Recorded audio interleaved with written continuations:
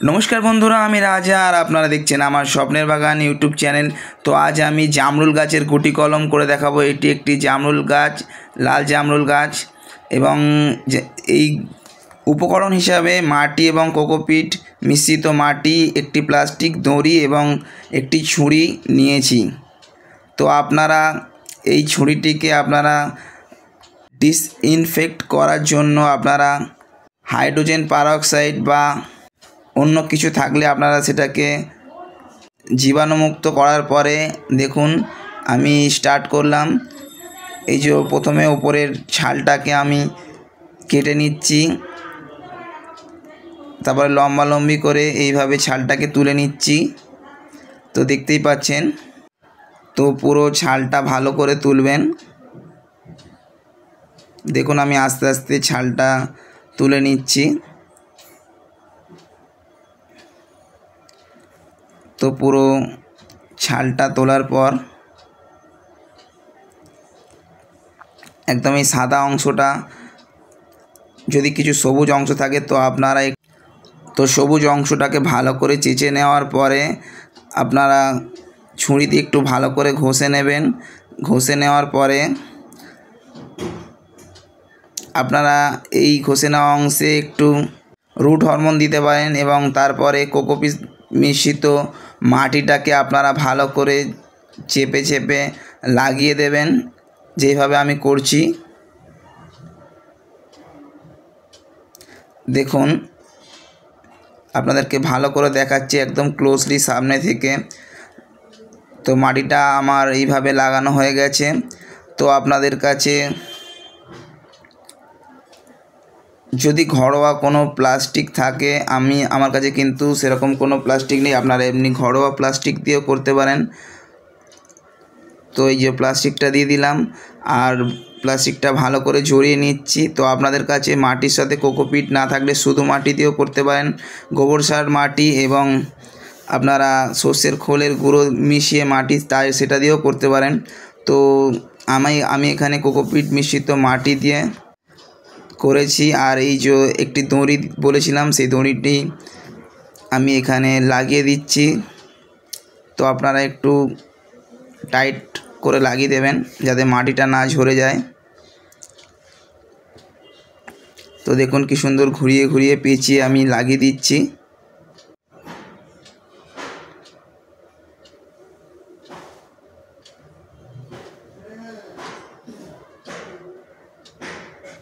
দেখুন এটিকে আমি আবার বেঁধে দিচ্ছি।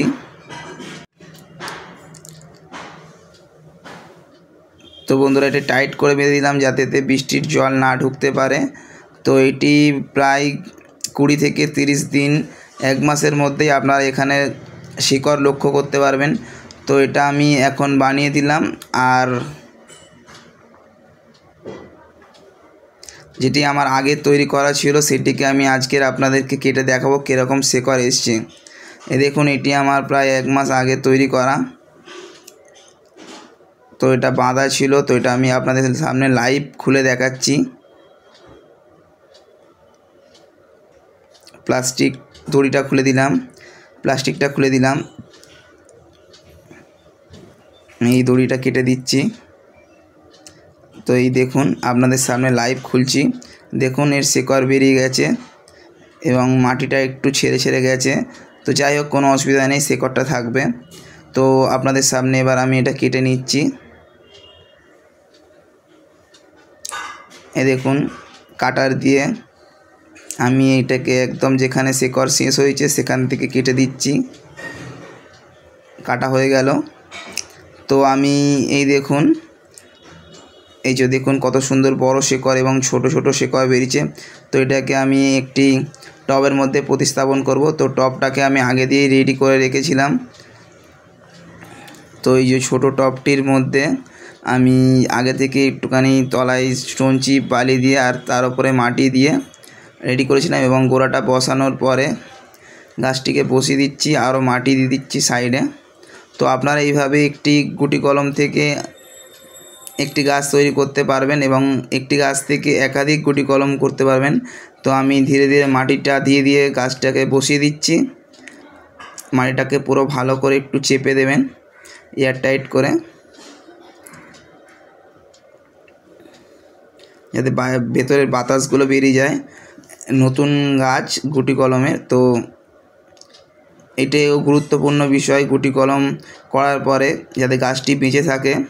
তো এই যে গাছটি আমি বসিয়ে দিলাম এবং আপনারা দেখতে পাচ্ছেন এই গাছটির মধ্যে কত ডাল রয়েছে, প্রায় 10 থেকে 11টি ডাল রয়েছে এবং আমি একটি খুঁটি বেঁধে দিয়ে দড়ি বেঁধে দিয়েছি গাছটার সাথে, গাছটি যাতে হাওয়াতে না হেলে পড়ে যায়। তো দেখতেই পাচ্ছেন কত ডাল রয়েছে, প্রায় 10-11টি ডাল রয়েছে। আর আপনারা এরকম একটি ডাল নির্বাচন করবেন। আর জামরুল গাছ কিন্তু খুবই দ্রুত বাড়ে, আর বর্ষাকালে তো আরোই বৃষ্টির জল পেয়ে আরও দ্রুত বাড়ে। তো আপনারা এটিকে এই মুহূর্তে সেট এরিয়ায় রাখবেন যাতে বৃষ্টির জল পড়ে গোড়া না পচে যায়, যেহেতু এখন খুবই ছোট, তাই এটিকে আমি সেট এরিয়ায় রেখে দেব। এবং এখন মাটি দিয়ে একটু জল দিয়ে দিয়েছি।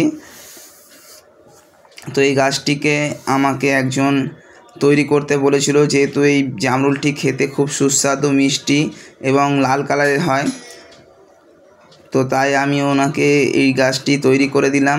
যেহেতু আমাদের ডাল কেটে ফেলে দিতে হয়, তো ডাল কেটে ফেলে দেওয়ার থেকে যদি আমরা কাউকে এরকম গাছ তৈরি করে দিতে পারি, তো সেই ডালটি থেকে তিনিও একটি গাছ পেয়ে যাবেন। তো আমার যেহেতু গাছ রয়েছে এবং এখান থেকে বেকার ডাল না কেটে ফেলে দিয়ে আমরা যদি কাউকে এরকম গাছ তৈরি করে দিতে পারি, তো তারও একটি গাছ হয়ে যায়। তো আমি এটিকে কিছুদিন পরে বড় টবে প্রতিস্থাপন করব। তো আপনারা যাদের ভালো লাগলো অবশ্যই কোনো কমেন্ট করবেন, লাইক করবেন, শেয়ার করে বন্ধুদেরকে ছড়িয়ে দেবেন, এইভাবে একটি গাছ তৈরি হয়ে যাবে।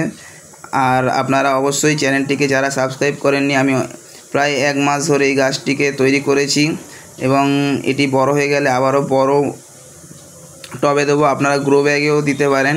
তো আপনারা বড় হলে এতে খাবার দেবেন, গোড়াটা আর একটু ছড়িয়ে যাক। তো গোড়ার জন্য আপনারা হাড়ের গুঁড়ো অথবা সুপার ফসফেট যেটি হয় সেটি দিয়ে দিতে পারেন, দ্রুত গোড়া বেরোবে, শিকড়গুলো বেশি ছড়িয়ে যাবে এবং গাছটি দ্রুত বড় হয়ে যাবে। এবং তারপরে বড় হয়ে গেলে গাছটিকে আপনারা বড় টবের মধ্যে দেবেন এবং সেখানে আপনারা মিক্সার এবং কম্পোস্ট সার ইত্যাদি দেবেন, গাছটা দেখবেন খুব তাড়াতাড়ি বড় হয়ে যাবে। তো বন্ধুরা, ভিডিওটি এখানেই সমাপ্ত করছি। ধন্যবাদ শেষ পর্যন্ত দেখার জন্য।